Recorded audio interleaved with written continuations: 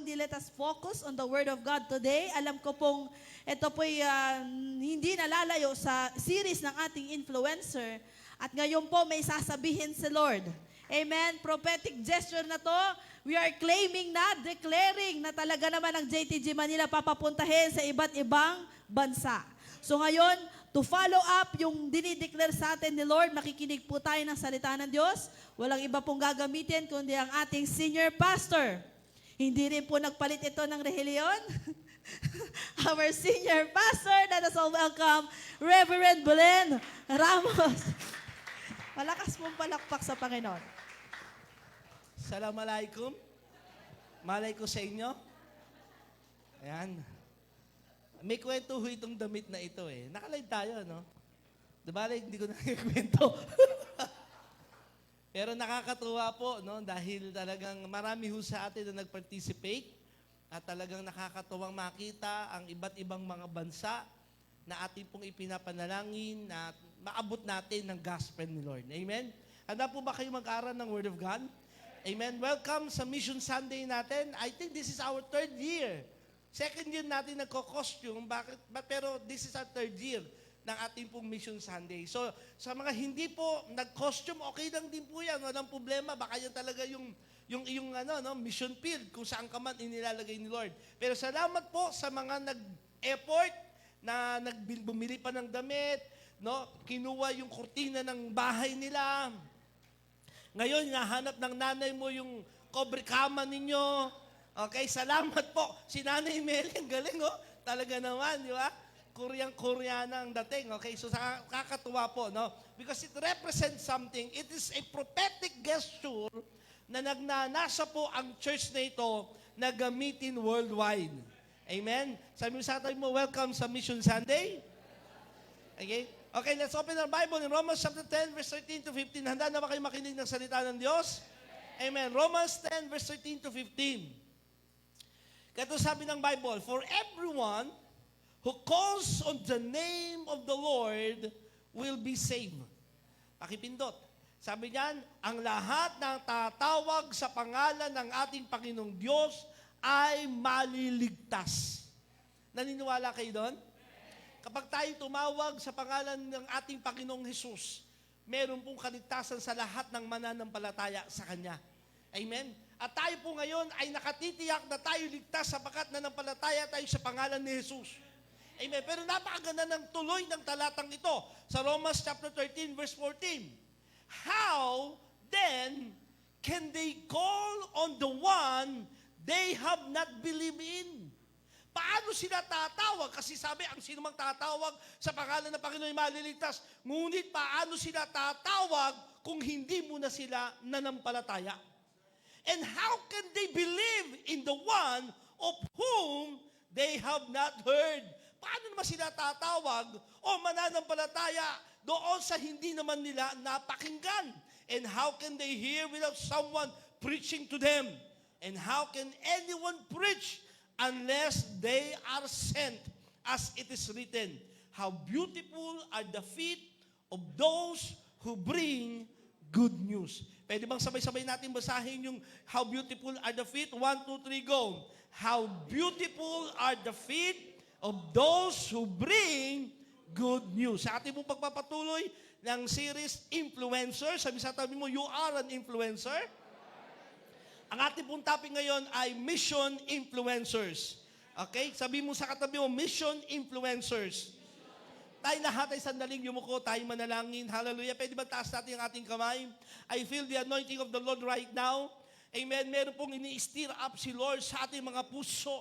Hindi lamang po ito basta may costume na nangyayari tayo ngayon sa church dito, but it is a prophetic gesture. Meron pong inilalagay na binhi si Lord sa bawat puso ng bawat isa sapagkat nangangailangan ng Diyos ng lalaki at babae na gagamitin niya. And Lord, nandito kami, Panginoon, as one family, as one church, believing sa world mission, O God. Hayaan mo po't payagan muli na magsalita ka sa amin, mangusap ka sa amin, at malaya po naming matanggap ang iyong mga salita. Salamat po sa kapangyarihan na kikilos sa amin ngayong hapong ito. Kaming lahat ay lalabas na may tinanggap na kalakasan at may assignment, Panginoon, that we're going to go and make disciples. Salamat po in Jesus' mighty name. And everybody say, Amen and Amen. Again, let us shout, Amen.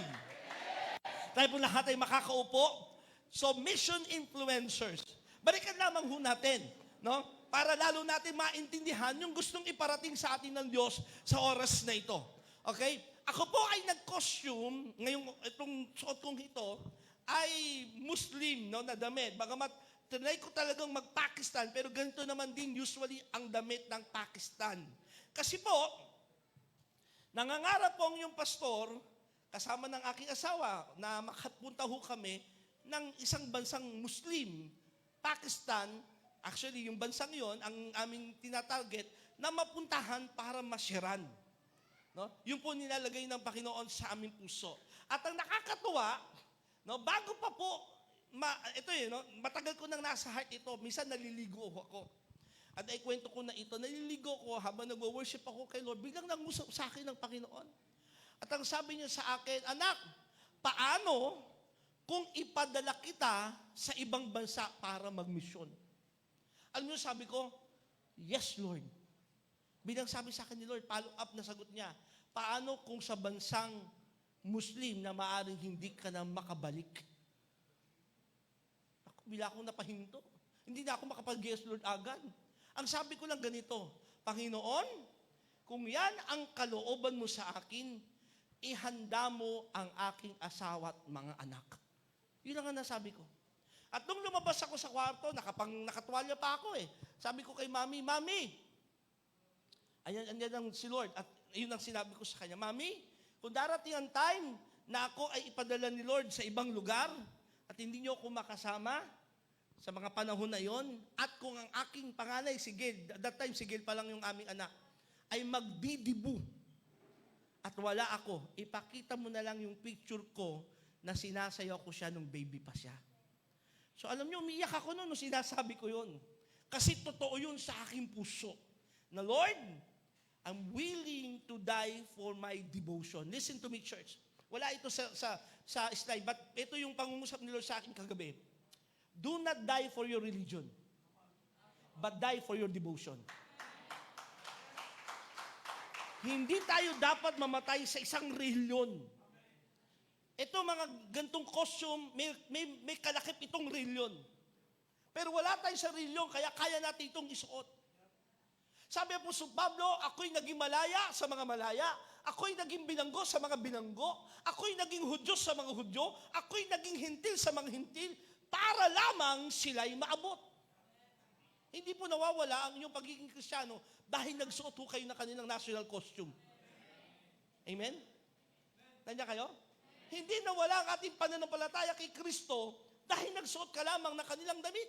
Kung ganitong kapamaraanan natin sila maaabot, bakit hindi? Ang mahalaga, ma-impluensyahan natin sila alang-alang sa gospel, madala natin sila kay Kristo. So what is an influencer? Balikan lamang natin ito.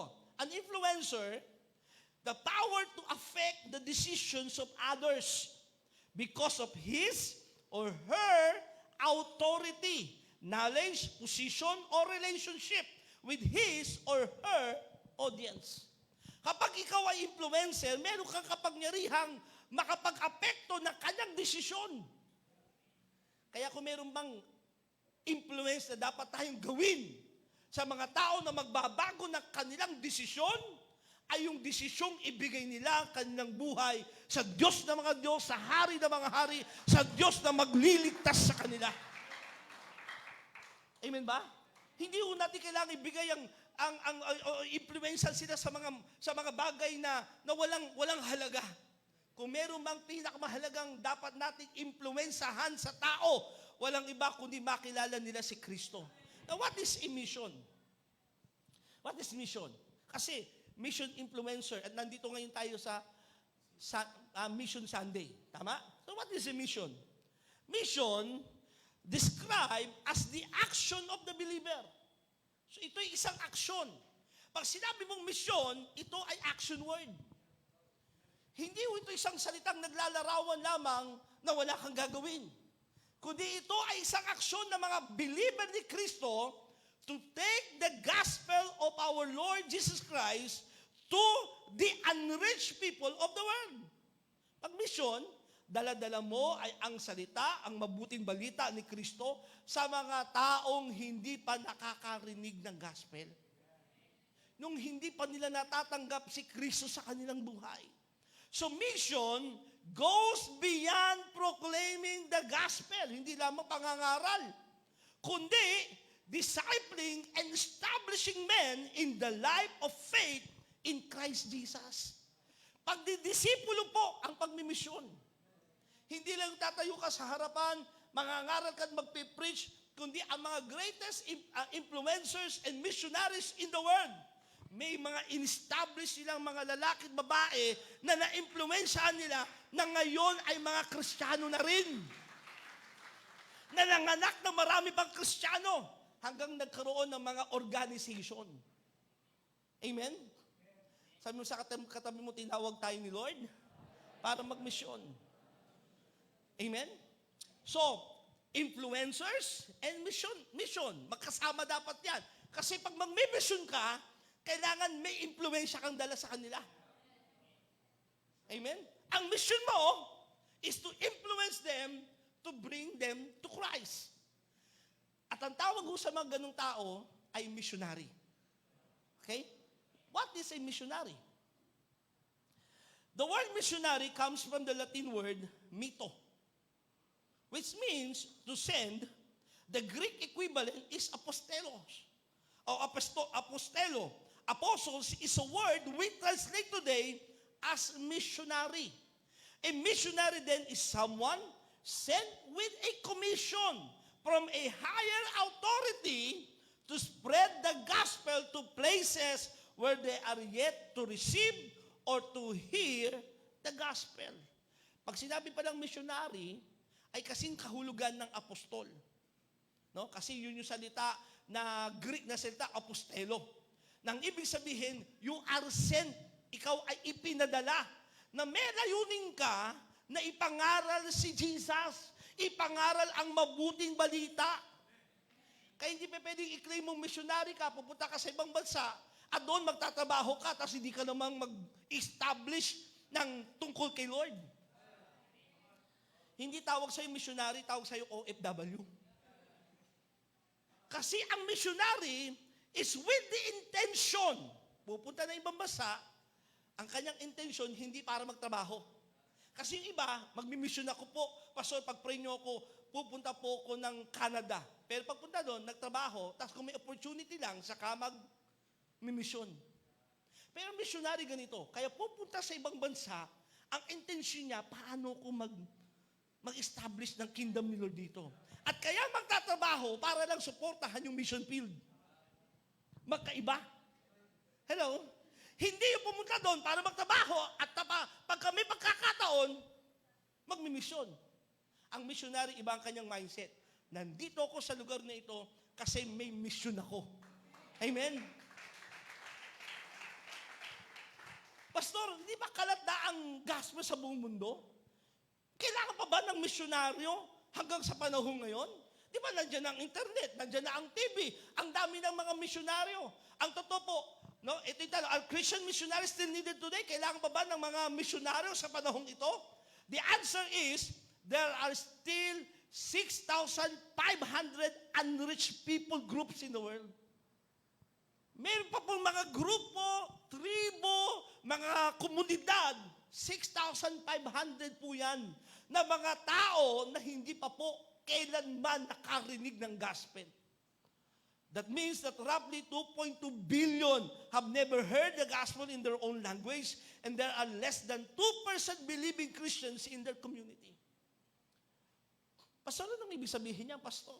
Ganyan yung porsyento na kung saan apakadami pa pong hindi nakakarinig, 2.2 billion na tao pa rin ang hindi nakakarinig.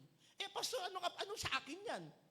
Ano naman sa akin yan? Ibig sabihin ganito, kapatid, kung mabubuksan ang iyong puso isipan sa misyon, napakadaming tao ang hindi pupunta ng langit. 2.2 billion na hindi nakarinig ng gospel.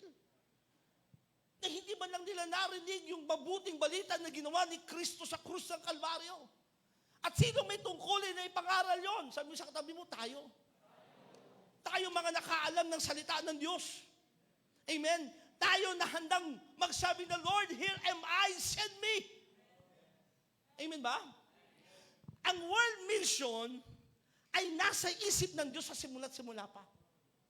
Hindi ito isang bagong salita na para bagang sinimulan ng mga kilalang tao, yung mga great misyonaryo na kung saan ang kanilang gawin ay para ipakalat ang salita ng Diyos. Hindi yan nagsimula kala William Carey, hindi nagsimula yan kala Hudson Taylor, no? Hindi yung mga kilalang mga great John Eliot, no? Smith Wigglesworth, hindi po nagsimula sa kanila yan. Yan ay nagsimula, mga kapatid, sa isip at puso ng Diyos. World missions was on God's mind from the beginning. Nasa isip na ng Diyos ang world mission. No? Actually, listen to this. If you will take missions out of the Bible, there is little left but the cover. Pag tinanggal mo yung salitang mission o yung idea ng pagmimisyon sa Bible, ang matitira sa Bible, cover lang. Ay, intindihan niyo yun? So, ibig sabihin, from the first book of the Bible unto Revelation, nandoon nakapaloob ang puso at isipan ng Diyos sa pagmimisyon. Amen? Sige, palapakan natin si Lord. So, isa-isahin nun natin ang ilang mga talata sa Bible at mga lalaking babae from the beginning na binigyan ng Diyos ng mindset for mission. Okay? And that is my prayer. Tingin kayo lahat sa akin as your pastor, as a local church of JTG Manila Church, and this is my prayer. Pagkatapos nitong Mission Sunday na ito, maipanganak sa puso ng marami mga lingkod ng Diyos at mga babae, lalaking narito, na magsasabi na, Lord, marami pa palang kailangan pagmisyonan. Nandito ko, tatalima ako sa iyo, mangangaral ako sa iyo, ipadala mo ko, Panginoon. Amen? Yun ang layunin, bakit tayo may Mission Sunday. Hindi lang para iparada yung ating mga telang nabili, mga damit na nakuha, no? Mga kurtinang kinuha sa mga bahay, hindi ho yan ang layunin. Ang layunin ay maipanganak sa ating puso ang binhi. Hallelujah. Ang binhi na kung saan ay tutubo, uugat sa bawat puso at isipan ng mga narito na isang araw, hindi mo na kayang mapigilan ng iyong sarili at sasabihin mo na, Lord, here am I, Lord, gamitin mo ko saan man. Amen? Because that is the mind of God from the beginning. Actually, from Adam, ang unang taong si Adan, ay inutusan agad ng Diyos na may mission siyang dapat gawin. Genesis chapter 1, verse 28. Then God blessed them and said, be fruitful and multiply. Fill the earth and govern it. Reign over the fish in the sea, the birds in the sky, and all the animals that scurry along the ground. So ang sabi ng Panginoon, be fruitful and multiply. Subdue the earth. Dominate the world. Yun po yung isang misyon na binigay kay Adan. Na kailangan si Adan ang gagawa nito. Okay? Sabi mo sa katabi mo, from the beginning pa lang, meron ng assignment ang tao. Yun ang ibig sabihin ng misyon eh. No? Na meron kang misyong gagawin. Si Abraham, the father of faith, hindi lamang ng mga Kristiyano, maging ng mga Hudyo at ng mga Muslim. Okay? Muslim po yung salitang ibig sabihin ay, o Islam ay peace. Tama? So, Assalamualaikum sa mga kapatid natin, mga Muslim diyan. Magandang araw po sa inyong lahat. Si Muhammad mismo ay kumikilala kay Jesus Christ nang sabi ng kanilang libro na Quran, no? Nasabi ni Muhammad, peace be upon him. Parang Muslim na no? Ang hatol sa kanya mismo ay si Jesus. Alam niyo ba yon? Nasa Quran nila yon. Na si Jesus mismo ang babalik para hatulan si Propeta Muhammad. So hindi nila maitatanggi na mas mataas talaga si Jesus, hindi nga lang nila matanggap na Diyos, kundi isa lang ding propeta. Anyway, si Abraham, the father of Judaism, the father of Islam and Christian. Sabi ng Genesis chapter 12 verse 3, Genesis chapter 18 verse 18, Genesis chapter 22 verse 18. At ang sabi ng Diyos sa kanya, all people on earth will be blessed through you. At ang lahat ng tao sa sanlibutan ay mapagpapala dahil sa iyo. Amen? So binigyan din ng assignment si Abraham na sa through him, marami ang mapagpapala. Si David, ang hari ng Israel, nakakapuso ng Diyos. Ang sabi ng 1 Chronicles chapter 16 verse 24 and Psalms 96 verse 3, declare His glory among nations. Sabi ng Diyos sa kanya, David, ideklara mo ang aking kaluwalhatian sa lahat ng bansa. Psalm 67 verse 2, that your ways may be known on earth, your salvation among all nations. Sabi ni David, na ang iyong kapamaraanan ay makilala sa buong sanlibutan, na ang kaligtasan ng buong sanlibutan, ng buong bansa ay nasa sayo. Nasa puso yun na iniligay ng Diyos kay David. Amen ba? Actually, may punto po tayo rito.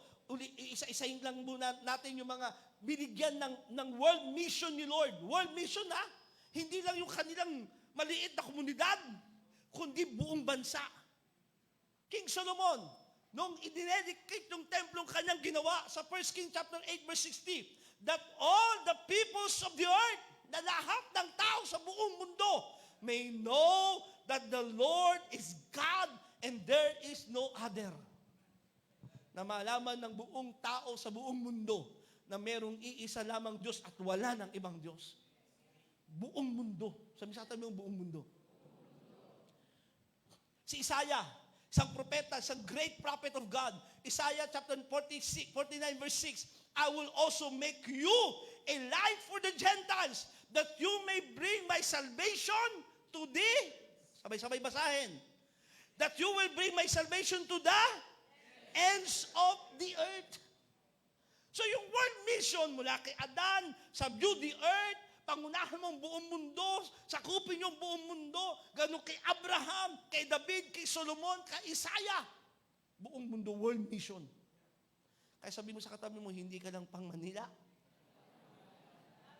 Hello? Hindi lang tayo pang Doroteo Jose. Hindi lang tayo pang Lope de Vega. Hindi ka lang para doon sa maliit na iyong iskinita. Ang calling natin is for world mission. To influence the world. Jeremiah, chapter 1, verse 5, isang lingkod na naman ng Diyos. Before I formed you in the womb, I knew you. Before you were born, I set you apart. I appointed you as a prophet to Israel, to the nations. Buong bansa, sa lahat ng bansa ng mundo. At yun ang dahilan, mga kapatid, ang world mission ang dahilan. Bakit kailangan ng Diyos ng propeta, mga lalaki, mga babae, na kung saan igagamitin ng Diyos? This is why God needed to use prophets, man and woman in the Bible to bring man back to God. Kasi yun ang mission maibalik ang tao sa pagkilala sa Diyos. Amen? Pero kung ang mission mo, pang sayo lang yan. Wala kinalaman ang Diyos dyan, baka pang sarili lang yan. No? Kailangan ang mission natin ay galing sa Diyos at ito ay may kinalaman to influence the world for His kingdom. Alam niyo, mula nung maunawaan ko kahalagahan ng misyon, ako'y na-expose mula sa bata pa lamang tungkol sa pagmimisyon. At nung binibilang ko nga yung mga bansang aking napuntahan, nasa 27 nation na ang bansang napuntahan ko. Mula Africa, India, America, Asia, ang dami natin napuntahang bansa. Kasi nailagay na nila sa puso ko na kailangan marami ang makakilala kay Lord. Ang nakakatuwa, isang bansang napuntahan ko, last 2019, kasi 2018 nagkaroon tayo ng Mission Sunday. At nung asawa ko po yung nagbihis ng India, hindi ko alam makakapunta pala ako talaga ng India. At nung napuntahan naming lugar sa India, listen to this, nakaka-proud. The only Filipino missionary na nakarating sa lugar nila. First time nila makakita. Sila nagsasabi ito, hindi po ako First time nilang makakita ng Pilipino. Sabi nila, pogi pala mga Pilipino. First time misyonaryo sa lugar nila ay Pilipino. Grabe, nakaka-proud. Dinala tayo ng Diyos sa iba't ibang mga lugar. Halos buong Pilipinas po, mula Luzon, Visaya, at Mindanao. No, pakipindot. Napuntahan na po ng inyong pastor dahil sa pagmimisyon. Nasubukan kong sumakay sa kalabaw, nasubukan kong sumakay sa tricycle, kung ano-ano mga sasakyan. Naranasan ko rin po lumindol. Nilindol kami sa pagmimisyon. Naranasan ko na binagyo sa pagmimisyon. Ayan, kasama ko pa si Pastor Mike ng bagyong yun. No? Naranasan ko tumatawid kami sa ilog. Ang daming karanasan sa pagmimisyon. At sasabihin ko sa inyo, lahat ng yun ay memorya na kung saan ay hindi ko makakalimutan sapagkat nasunod ko yung kalooban ng Diyos. Ito po yung picture natin last 3 years ago. Mission Sunday. Nakapang-Africa po ako. Si Mami, buntis pa niyan kay Elise. No? Siya ay nakapang-India. And then, ang ginawa ng Panginoon, hindi ko alam na paano makakapunta ng Africa ng India. Pero, so sabi mo sa katabi mo, tinawag ka ni Lord? Hindi lang para dito. Hindi lang pang Pilipinas, kundi tinawag tayo ng Diyos para sa buong mundo. At kung hindi ka maniniwala sa pagmimisyon, listen to this. People who don't believe in mission, hindi po nababasa talaga ang Bible. Hindi mo nauunawaan yung konteksto ng Biblia. At maraming tao, listen to me, akala mo pagiging Kristiyano mo, very selfish, pang sayo. Ano kailangan mo? Paano ko tatanggap ng pagpapala? Paano ko sa yayaman? Sasagana, aayos sa buhay ko? Puro sa'yo. The moment, listen to me, the moment you stop looking for your needs and then start looking for the needs of others, especially their need for the salvation of Jesus Christ, diyan pumapasok na sa puso't isipan mo na ikay gagamitin ng Diyos. Pero kung hanggang ngayon, ang pagpunta mo sa simbahan ay kung ano ang kailangan mo sa iyong sarili, hindi ka lumalago.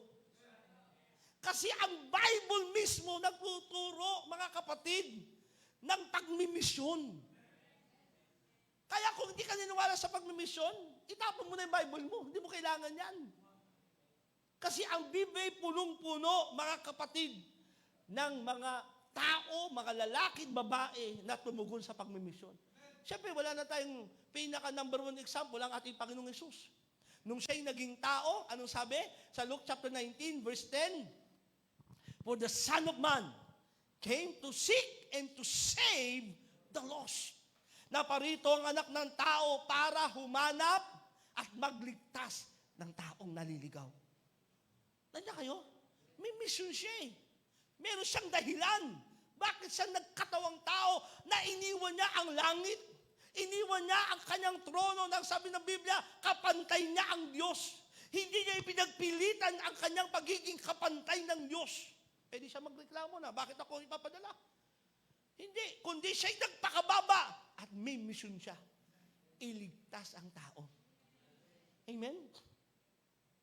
Luke chapter 10, verse 1 to 2. After this, the Lord appointed 72 others. Hindi lamang siya, nung magkatawang tao siya, may mission siya, and then ipinasa niya yon sa mga mananampalataya sa Kanya. Sabi doon, at ang Panginoong Yesus ay nagtalaga ng 72 others and send them on ahead of Him, 2 by 2, in every town and place where He Himself was about to go. And He said to them, the harvest is plentiful, but the laborers are few. Therefore, pray earnestly to the Lord of the harvest to send out laborers into His harvest. Nang ipadala niya yung 72 na mga disciple niya, dalawa-dalawa. Umayo kayo, tigda-dalawa, partner sila. At ang sabi ng Panginoong Hesus, nakita niyo ba?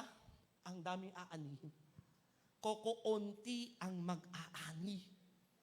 Ang daming aanihin. Ang totoo, listen to me, by percentage po ng population ng Manila City alone, Manila City, na ang churches dito ay 300 churches, the whole Manila City, born again Christian. Kung lalagyan po ng tig 10,000 ang bawat churches, kulang pa rin sa dami ng tao sa Manila. Pero ang mga churches, halos 50, 60, 100, 200 lamang. Ibig sabihin, marami pa ang aanihin.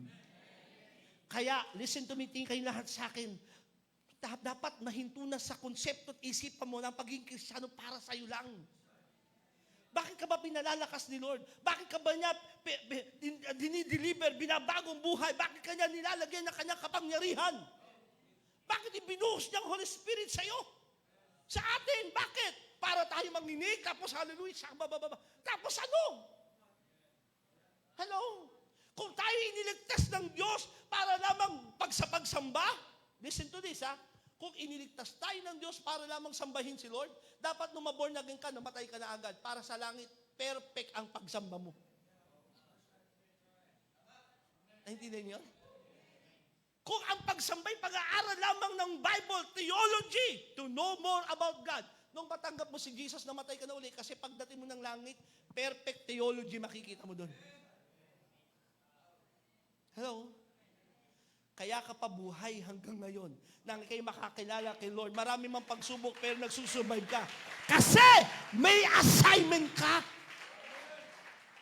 Ay mo sa katabi mo, may assignment tayo. Sabi ng Bible, the harvest is plenty. Libo-libong tao ang namamatay nang walang pagkakilala sa Diyos. Amen? Kaya nung maging tao si Jesus, sabi niya, may mission ako. At sinend niya ang kanyang mga disciples. John chapter 17, verse 18, just as you send me into the world, I'm sending them into the world. Kausap niya dito ang Ama. Ito yung time na ipapako na si Jesus. Ito na yung mga huling season na kasama niya kanyang mga apostles. Nananalangin na siya sa Ama. Ito yung mga panalangin niya, Ama, luwalhatiin mo yung anak. Kung ano yung kaluwalhatiang nasa akin bago pang sanlibutan. Pagka babalik na siya sa dating niyang kalagayan bilang Diyos. Pero sabi niya, Ama, bago ko bumalik sa iyo, itong mga naniwala na nampalataya sa akin, kung paano mo ko isinugo, sinusugo ko rin sila sa sanlibutan. Yun ang word ni Jesus sa atin.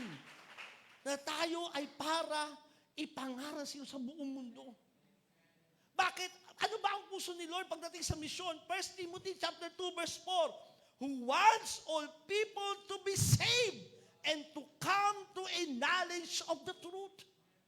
Anong gusto ng Diyos? Gusto ng Diyos lahat ng tao maligtas.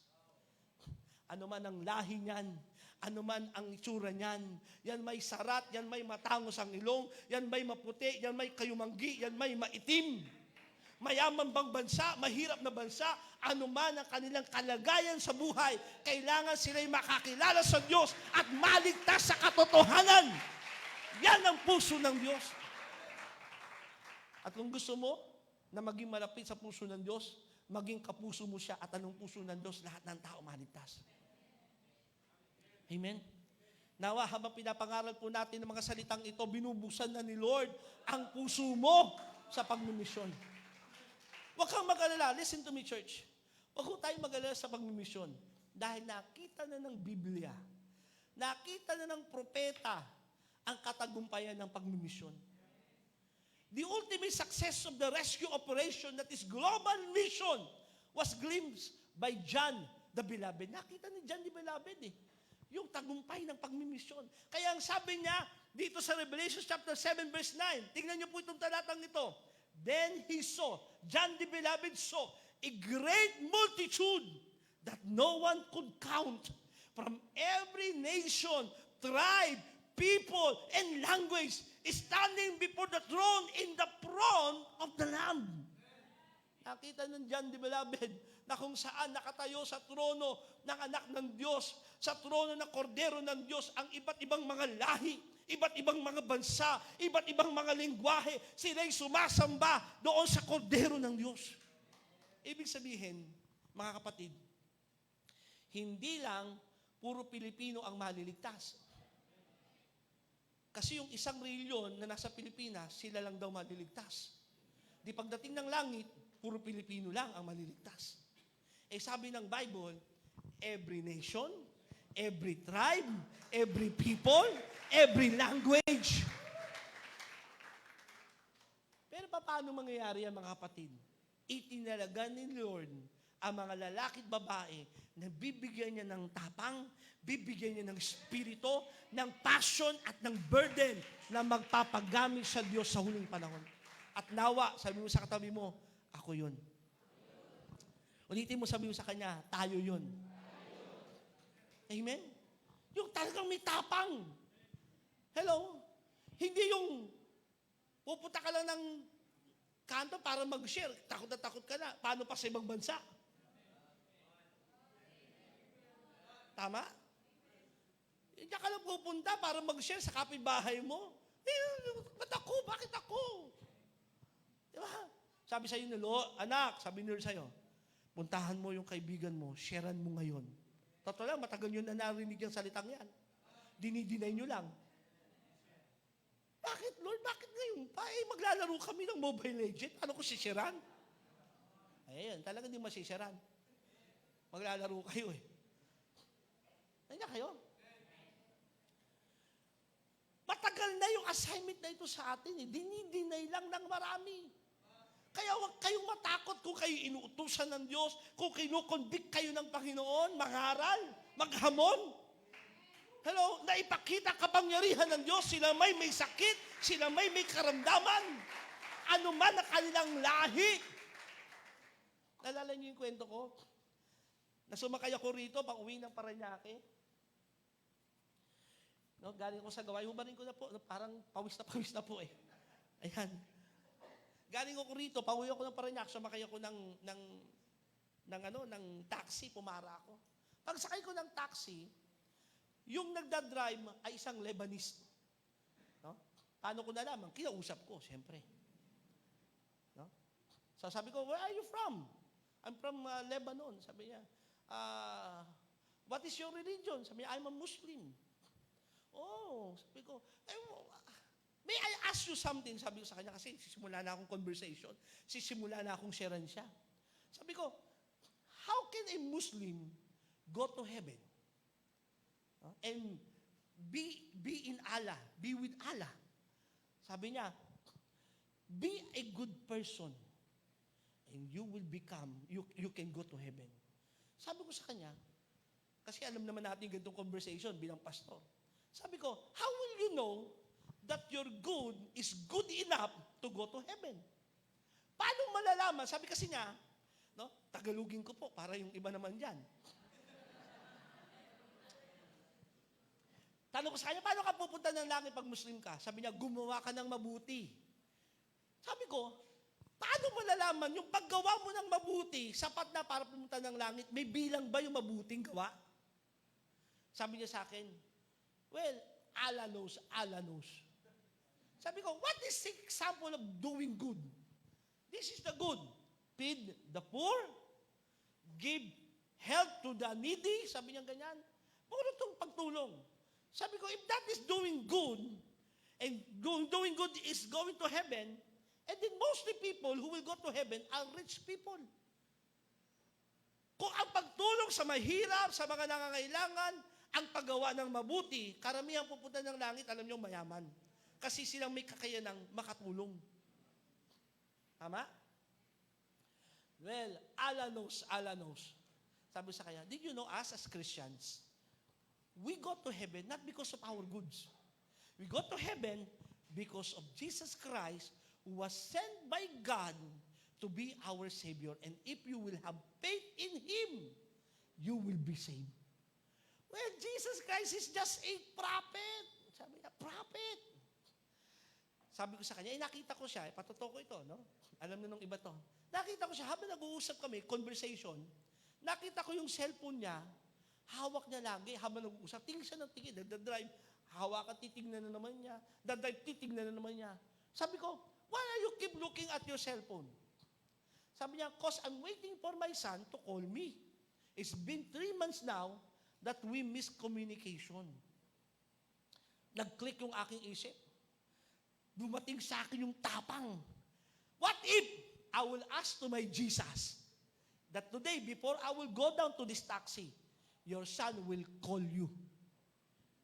Para akong, no? Parang,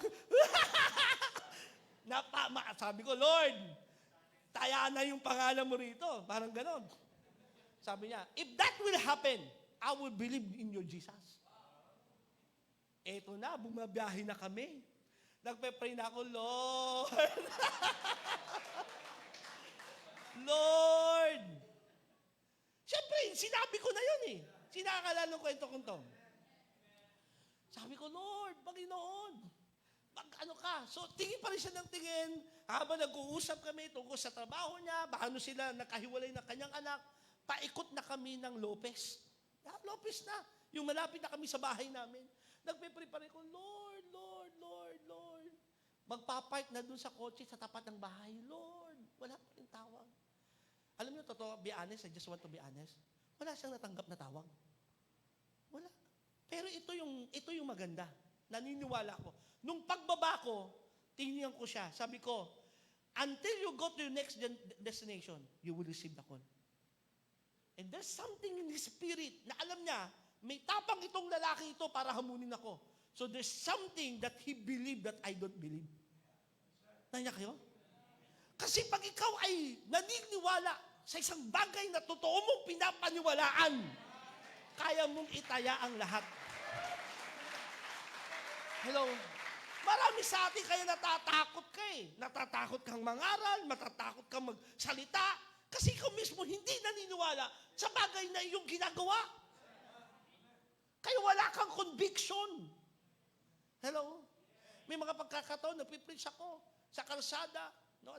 Lahat po niyan, pinagdaanan ng inyong pastor. Nagpipreach ako, evangelism, may lasing, gumaganda. Sa harapan ko minsan, tumigil ka na. Habang nagpipreach ako, harap ako rito, naka-speaker ako, kalsada ho yan. Pagpunta naman dito, haharap na naman siya sa akin. Ginagawa mong pangkakalakalang salita ng Diyos. Dapat harap mo na ako dito. Haharap na naman siya sa akin dito. Alam mo, sabi ko, biglang dumating yung tapang sa akin. Binaba ko yung mic. Binaba ko yung mic eh. Kinausap ko siya, sabi ko, in Jesus' name, umalis ka. Sabi niya sa akin, opo. Umalis. Totoo yun. Sabi niya, opo. Bilang umalis. At doon nakapangaral na ako. Minsan kaya rin tayo ay walang tapang sa bagay na inuutos sa atin ng Diyos. Kasi tayo mismo, hindi naniniwala sa bagay na ating tinatayuan. Kaya nga sabi ko sa inyo do not die to your religion, but die to your devotion. And this is my devotion. I believe that Jesus Christ is the only way to heaven. Walang reliyon, walang sinuman na ibinigay sa silong ng langit na ikaliligtas ng tao, kundi sa pangalan ni Jesus. At kung paniniwalaan mo yon, may lakas ka ng loob, ipangalan si Jesus. Tulad ni Apostle Pablo, Apostle Paul is an example of a missionary. Sabi ng Romans chapter 15, verse 20, yes, so I have strived to preach the gospel that where Christ was named. Sabi niya, in-strive niya ang kanyang buhay na ipangaral ng mabuting balita sa mga lugar na hindi pa naipapangaral. Ang tapang nito ni Apostol Pablo. Maging kaharap na niya ang hari si Agripa na kung saan may kapangyarihang siyang patayin noong oras na yon. Anong sabi sa Acts chapter 26 verse 19? So then, King Agrippa, while I was not disobedient to the heavenly vision. Sabi ni Apostol Pablo, Haring Agrippa, hindi ako nag-disobey sa utos ng langit na vision na ibinigay sa akin. Nanya kayo? Hindi siya nag-disobey. Marami sa ating mga kapatid, pagdating sa pagmimisyon, pangangaral tungkol kay Lord, kay pastor lang yan. Kay pastora lang yan. Sa mga pastoral lang yan. Sa mga evangelist lang yan. Tayo ba sa uupo, makikinig, mapagpapala, pag-uwi, bundat ang spirito natin, tapos matutulog na. Minsan yun ang tingin natin sa pagmimisyon. Para lang yan sa mga pastor. Para lang yan sa mga misyonaryo. Para lang yan sa mga pastoral. No. Lahat yan para sa atin. Yang utos na yan ay sa lahat ng lalaki at babaeng kumilala sa ating Panginoong Hesus. Dapat na maging puso natin, mga kapatid, Isaiah chapter 6, verse 8. Then I heard the voice of the Lord saying, whom shall I send? Sabi ng langit, narinig na ang tinig mula sa langit. Sabi ng Panginoong Diyos, sino ang aking ipapadala? Who will go for us? Eh sabi naman nila, hindi kita iiwanan sa pagmimisyon. Kasama mo ako, pero sinong sasama? Sabi ng Diyos, who will go for us? Sino sasama sa amin? Sabi naman ng Panginoong Jesus, di ba? Go ye therefore and preach the gospel of all nations, and behold, I will be with you to the end of the earth. Pero sasama ka ba? Sabi ni Lord, and sabi ni Isaiah, and I said, Lord, here am I, send me. Pwede ba taas natin ang ating kamay, sabi natin, Lord, here am I, send me. Wag ho tayo maging tulad ni Jonah sa misyon. Isang propeta na kung saan, tinawag din ng Diyos na mangaral. Pero anong ginawa ni Jonah? Jonah chapter 1, verse 1 to 3, basahin lang natin ito. The word of the Lord came to Jonah, son of Amittai.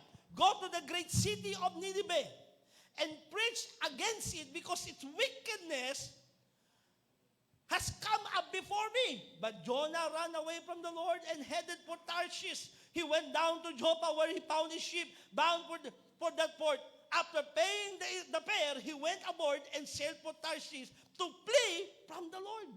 Inutos sa kanya ng Diyos, Jonah, pumunta ka sa Nineveh, ipangaral mo ang kaligtasan doon. Pero ang ginawa ni Jonah, tumakbo palayo. Sabi sa katabi mo, huwag ka maging Jonah. May calling ka kay Lord, lalo sa pagmimisyon. Pastor, saan ko sisimulan? Gusto ko agad ibang bansa? Wag muna ibang bansa. Simulan mo muna kung saan ka nandoon. Hello? Dahil isang araw, yung sinuot mong damit, dadaling ka ni Lord dyan. Hello? Simulan mo muna kung saan ka nandoon. Sa eskinita, komunidad ninyo, eskwelahan ninyo. Naranasan nyo na ba ng, ito, for the glory of God, karanasan ko. Dahil puspos ako ni Lord, lalo nung college na ako, tumatayo po ako mismo doon sa kantin namin. Nagpipris ako sa kantin. Ito sinasabi ni Lord, mahal kayo ng Panginoon. Kung uso na ng mga picture, dami kong picture. Tumatayo ako sa kantin namin. Hindi ko kilala mga estudyante, nagpipris ako doon. Nagawa niyo na bang tumayo sa kantin ninyo para mag-preach kay Lord? Marami sa atin sabihin, natatakot po ako, kinakabahan po ako. Si Jonah, nang matanggap niya ang kanyang assignment, nandiyan kayo? Tumakbo palayo. Imbes pumunta sa Nineveh, tumakbo, pakahanan dapat yung utos kumaliwa. Sabi sa katabi mo, kang lalayo. Sundin mo yung utos ni Lord. Then the Lord sent a great wind on the sea. Ang ginawa ng Diyos, ayaw mong sumunod, Jonah, ha? Ito, magpapadala ako ng bagyo. Violent storm arose that the ship threatened to break up. Nagpadala ng bagyo ang Diyos. Alam nyo, listen to me. Pag alam mo may calling ka kay Lord, pag alam mo may utos sa'yo ang Diyos, at hindi ka susunod doon sa Great Commission na binigay sa'yo ng Panginoon, totoo lang, babaguhin ka. Kaya maraming mga tao, no, hindi mo alam, kaya may bagyo sa buhay, kasi may pinagagawa sa'yo si Lord, ayaw mong gawin. Kasi the moment na nandoon ka sa kalooban ng Diyos, nandoon ang proteksyon, nandoon ang pagpapala, nandoon ang pabor, nandoon ang lahat ng mabubuting bagay. Bakit may bagyo ng buhay? Wala ka sa kalooban ni Lord. Sapagkat sa presensya ni Lord, may kapayapaan. Kung hindi ka mapayapa at binabagyo ka sa buhay, there's something na kailangan kang sagutin kay Lord. Baka may assignment ka. So listen, magtatapos ako rito. Let us be part of Great Commission. Maging part ho tayo, mga kapatid, ng Great Commission na inuutos ng Panginoon. We must leave our comfort zone to save souls. Iwanan mo yung comfort zone mo.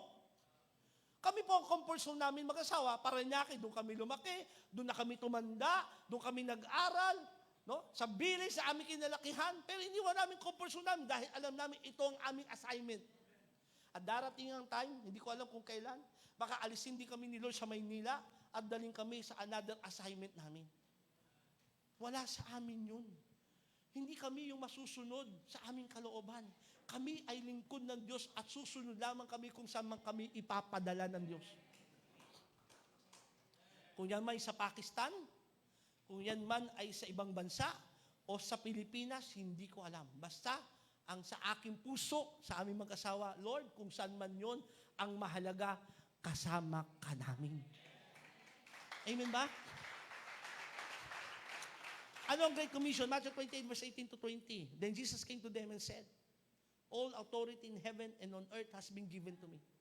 Lahat ng otoridad ng langit at ng lupa ay ibinigay sa akin.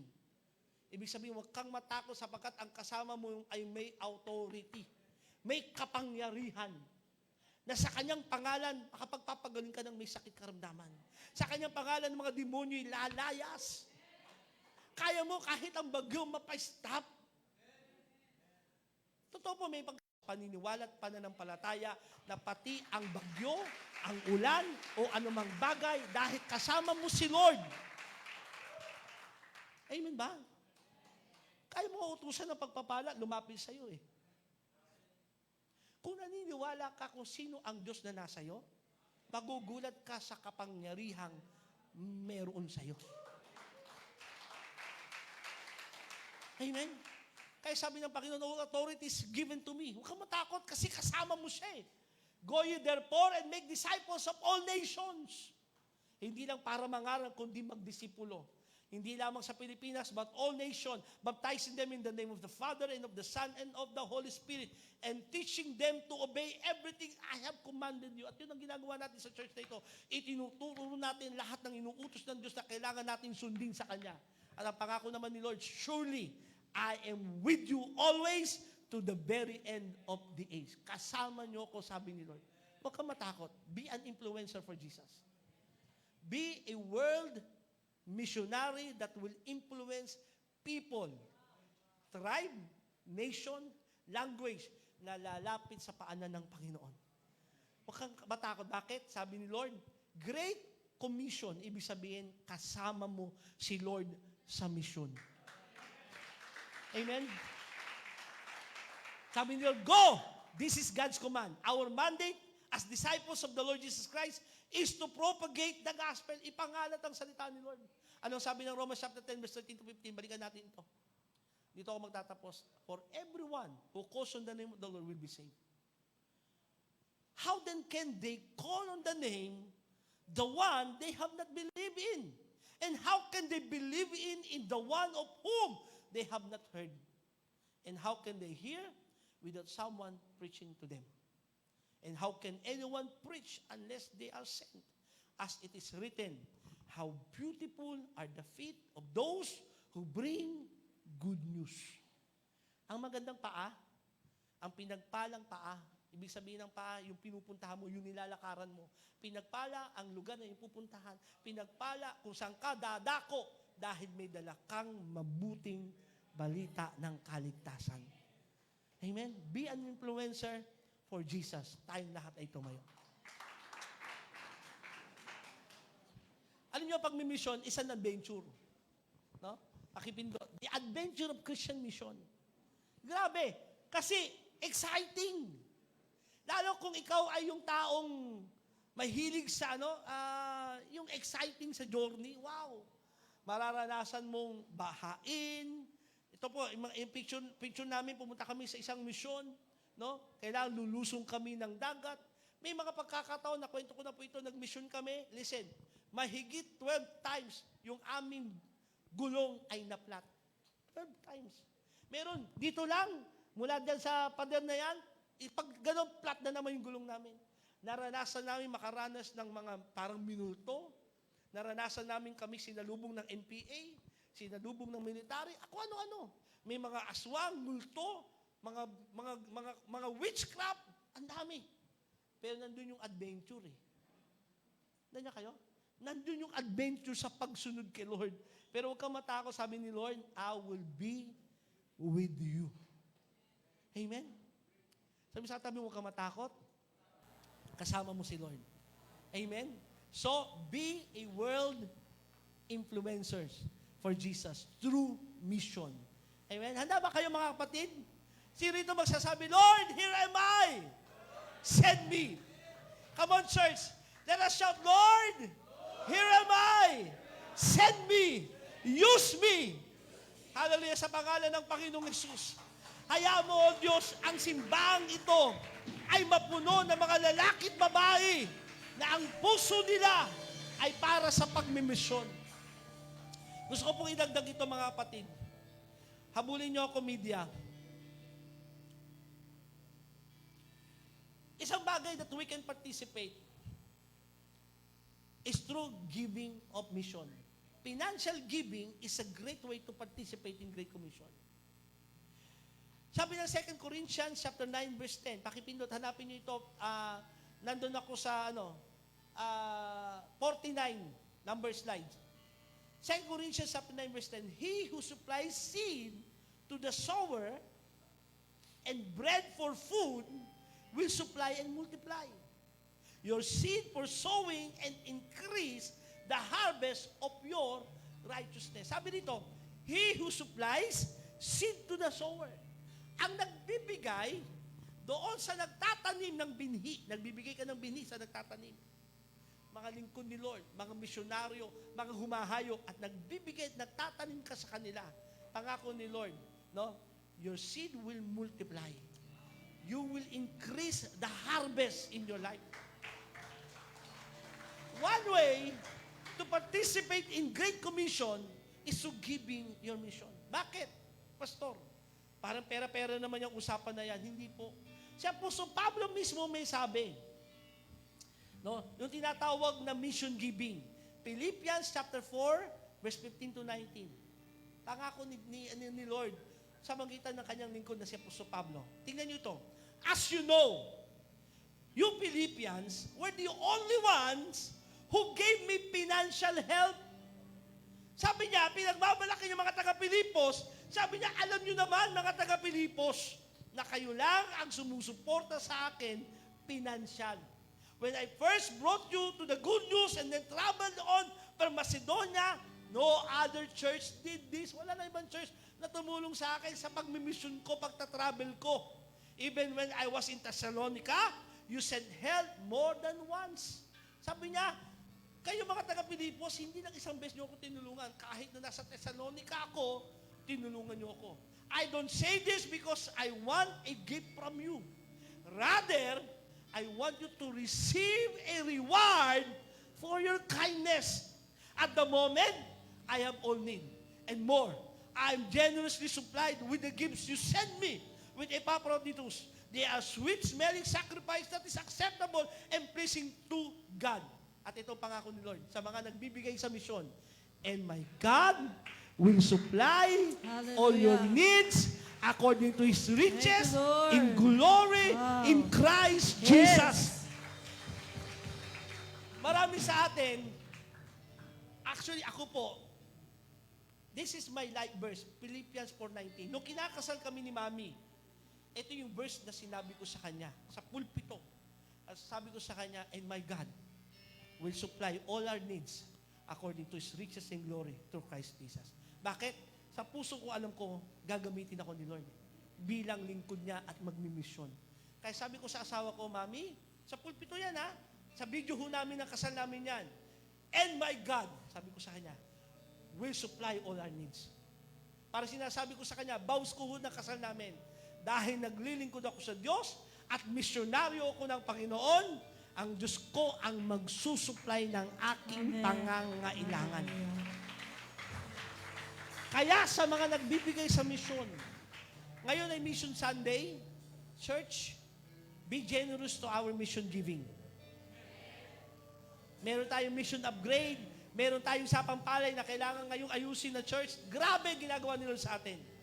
Pero simulan muna natin, saan, Pastor? Tanggapin mo na ikaw ay kailangang magpagamit sa Diyos. Hindi tinitignan ni Lord yung edad mo. Hindi tinitignan ni Lord ang saan ka nang galing. Ano yung nakaraan mo? Ano yung kahinaan mo? Hindi mahalaga kay Lord yon. Ang mahalaga, yung puso mo magsasabi na, Lord, here am I. Send me. Sino kaya yon? Mga lalaki at babae magsasabi na, Lord, here am I. Send me. Pwede bang taas mo yung kamay kay Lord? Sige. Kung hindi naman nilalagay sa'yo ni Lord, okay lang. Ang mahalaga, yung willingness na magpagamit kay Lord. O si kabahaya la babababahanda. At habang nakataas ang iyong kamay, Lord, dalangin ko, patuloy mong buksan ang puso, isipan ng iyong mga anak na narito. Sapagkat ang aanihin ay hinog na. Napakarami ng aanihin. Ngunit kukunti ang nagpapagamit sa'yo. Narito ang isang maliit na church, isang pamilya sa Manila. Pero nilalagyan mo kami ng matinding puso sa pagmimisyon. Na kung titignan namin sa aming sariling kakayanan, parang mahirap naming magawa. Pero ikaw ang may pangako sa amin. Sa moment na kami sumunod sa iyo, nandun ka't kasama ka namin. Kaya Lord, I pray, sa church na ito, pag-apawin mo po, paramihin mo po, Yes, God. ang mga lalaki at babae na handang sumunod sa iyo Yes. sa larangan ng pangangaral ng iyong salita, pagdidisipulo at pag-abot ng maraming tao sa iyo. Alisin mo nga namang pagtakot, pagdududa. Amen. Alisin mo, Panginoon, ang mga inilalagay na dahilan ng kaaway. Yes, God. Kundi mula sa oras at araw na ito, this is our Mission Sunday. And we're not just doing this because this is a program of the church. But this is the season, we believe, na ang church na ito ay lalo pang gagamitin globally. Globally, Amen, Lord. Panginoon, Yes, sa God. pag-abot sa maraming tao. Hallelujah. Palakasin ka ng Diyos sa oras na ito. Bigyan ni Lord ang iyong mga mata ng spiritual eyes na makita mo Yes, yung future mo na Lord. ginagamit ni Lord. In the mighty name of Yes, Jesus God. Christ. Oh, hallelujah, hallelujah, hallelujah. Sabi ni Apostol Pablo kay Timoteo, huwag mong hayaang hamakin ka dahil ikay isang kabataan. Amen. Do not let anyone despise you because of you are youth. Bagkus maging halimbawa ka, Yes. ipakita mo ang iyong pagiging tunay na at lingkod ng Hallelujah. Diyos sa pamamagitan ng iyong mabubuting gawa. Oh, hallelujah, hallelujah. Hallelujah. Let's worship the Lord. As we worship the Lord, let us continue opening our heart right now. The Lord wants to use you. The Lord wants to raise you up. The Lord wants to send you. Lord, Oh, Jesus. Send us, Lord. kung ikaw yon, open ang altar call. I want you to come to the altar as the worship team is worshiping the Lord. Kung alam mo, nangungusap si Lord sa'yo, nagsasabi, anak, yan ang plano ko sa'yo. I believe the message of the Lord is exactly kung ano kailangan natin marinig ngayon. Amen. At kung ikaw yon, nagsasabi, na Lord, gusto mo kong gamitin, gusto mo kong ipadala, nandito ako, Panginoon, susunod ako sa'yo. Yes. I want you to come to the altar right now. Come on, church.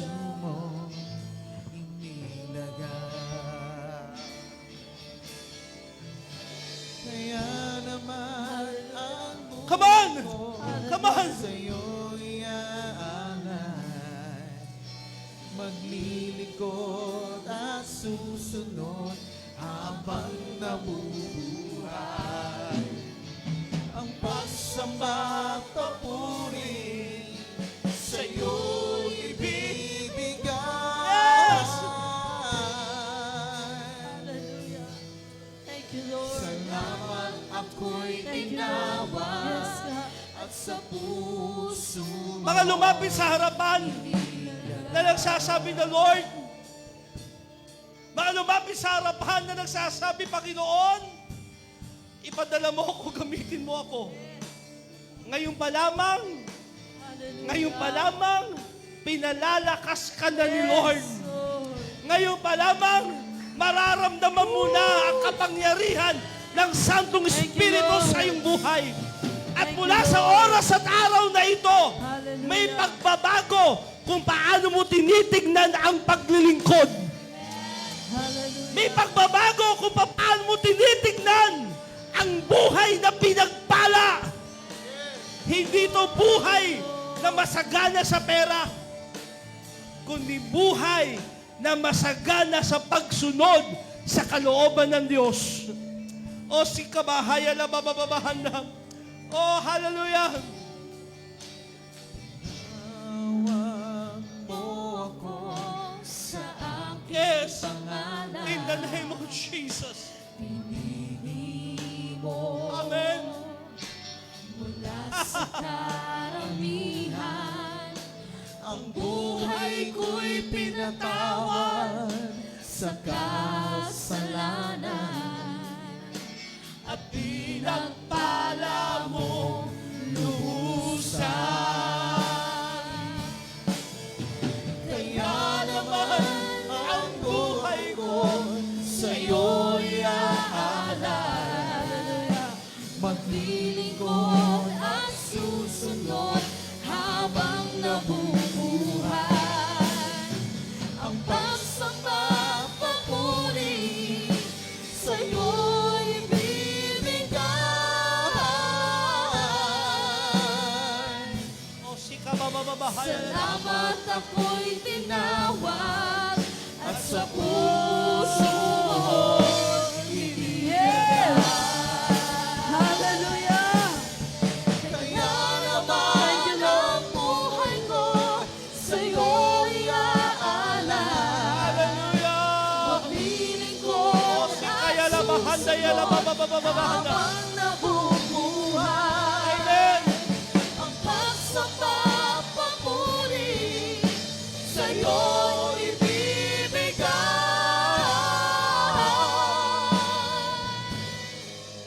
Salamat ako'y tinawag at sa puso mo'y inilagay. Mga kapatid,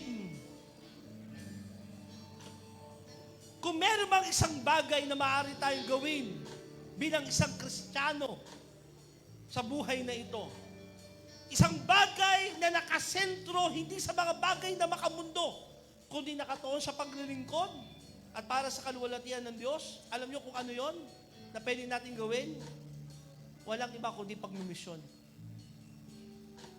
Isang bagay na pwedeng gawin ng isang buhay ng Kristiyano na hindi nakasentro sa mga bagay na makamundo ay yung pagmimisyon. Kaya Lord, salamat. Salamat po ng marami. Sapagkat bilyong tao ang meron sa mundong ito. Bilyong tao, iba't ibang lahi, iba't ibang mga lengguwahe. Pero isa kami sa tinahawag mo, Panginoon. Isa pong karangalan Yes. ang mapaglingkuran ka. Yes. Isang karangalan ang Opo. maipangaral ka.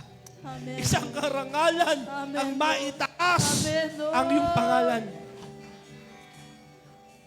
Patuloy mong patatagin ang pananampalataya ng bawat isang narito. Ang mga lumapit sa harapan na tumutugon sa panawagan Hallelujah. na sila'y gagamitin mo. Yes. Lord, open the opportunity. Yes, God. Open the windows of heaven, O Lord, at maranasan nilang pagpapala mo sa kanilang buhay. Palakasin mo sila. Yes. Magkaroon sila ng maraming patotoo ng pagsama mo sa kanilang buhay. God. Salamat po. Truly, the harvest is plenty, but the laborers are very few. That's why we pray to the Lord of the harvest. We pray to you, Lord, magpadala ka pa sa church na ito ng maraming lalaki at babae na tutugon sa panawagan ng paghayo at pangangaral, pagdidisipulo para sa iyong pangalan. Salamat po. And right now, I prophesy in the name of Jesus Christ as your pastor and a servant of the Lord that God will raise mga Hallelujah. babae at lalaki sa church na ito Hallelujah. na mga pastor, Yes. pastora, Amen, missionary, Lord. evangelist, Amen. prophet, Amen. apostle, great man, Receive it, great Lord. woman of faith. Yes, God. In the name of Jesus Christ. At nakikita namin nagbubukas ang maraming bansa, nagbubukas ang maraming probinsya, nagbubukas ang maraming mga syudad para, Panginoon, sa iyong mga anak na tutugon na sila'y gagamitin mo sa mga lugar na yon. Salamat po ng marami. Sa pangalan ng Panginoong Yesus, inaalay namin muli iniaalay namin muli Yes, God. ang buhay namin. Amen, Lord. Pwede bang sa kahit isang minutong panalangin mula sa puso mo, again, offer your life to God. Maaaring naging abala ka sa pagtingin sa ibang mga bagay, nakalimutan mo may great commission si Lord sa iyo. Muli mo sabihin na, Lord, inaalay kong buhay ko sa iyo. Yes, Lord. Buhay ko'y para sa iyo. Opo. Come on, personal prayer to God. Offer your life to God again. Yes, yes, yes. Kaya naman ang buhay ko sa'yo'y aalay. Maglilingkod at susunod habang nabubuhay. Yes. Ang pagsamba Amen. papuri sa'yo'y ibibigay.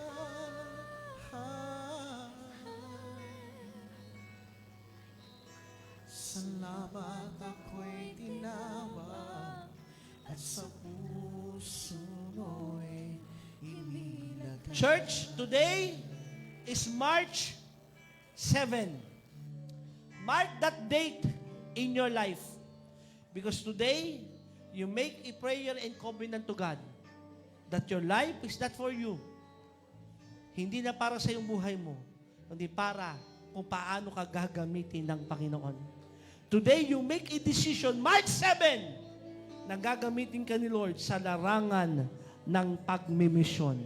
At lahat ng papuri, lahat ng karangalan, lahat ng pagpapasalamat, lahat ng kaluwalhatian, walang sino man sa atin ang tatanggap. Lahat ay ibabalik natin sa Diyos na ating pinaglilingkuran, sa ating Panginoong Hesukristo.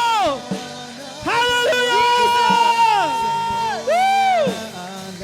To Jesus, all the glory, all the honor, all the praise, all the thanksgiving belongs to Him alone. Woo! Jesus! Jesus! Jesus! Salamat ako'y tinawag at sa puso mo'y inilagay.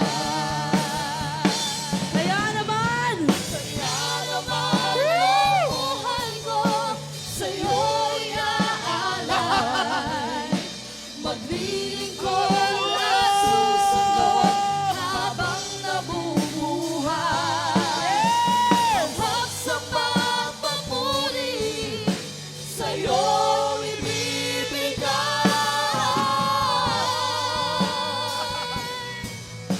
Salamat ako'y tinawag at sa puso mo'y inilagay. Kaya naman, hallelujah!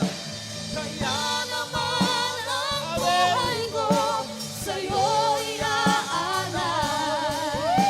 Maglilingkod at susunod Amen. habang nabubuhay. Hallelujah!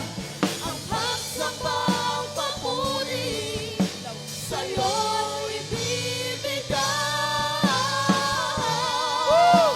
Sabi natin lahat, salamat ako'y Salamat tinawag. ako'y tinawag at sa puso Minsan pa, salamat ako'y tinawag. Salamat, Lord! Salamat ako'y tinawag at sa puso mo'y inilagay. Isa pa sabihin natin, salamat ako'y tinawag. Salamat ako'y tinawag at sa puso mo'y inilagay. Minsan pa mula sa ating puso, Salamat ako'y tinawag at sa puso Amen. mo'y inilagay. hallelujah! Hallelujah! Hallelujah! Come on, shout hallelujah! Shout hallelujah! Shout Jesus! Jesus! Jesus! Come on, church! Jesus! Woo! Amen! Amen. So, anong gagawin natin ngayon? Let's celebrate. Amen? I-celebrate natin sapagkat naniniwala tayo ang buhay na nakatalaga sa Diyos ay isang buhay na matatag, isang buhay na pinagpala. Amen? Huwag kang malungkot. Kapag sumunod ka kay Lord, parang nalungkot ka na. Hindi. Darating sa'yo ang isang tunay na kagalakang hindi kayang maunawaan ng sanlibutan. Come on, church! Let's celebrate the goodness of God!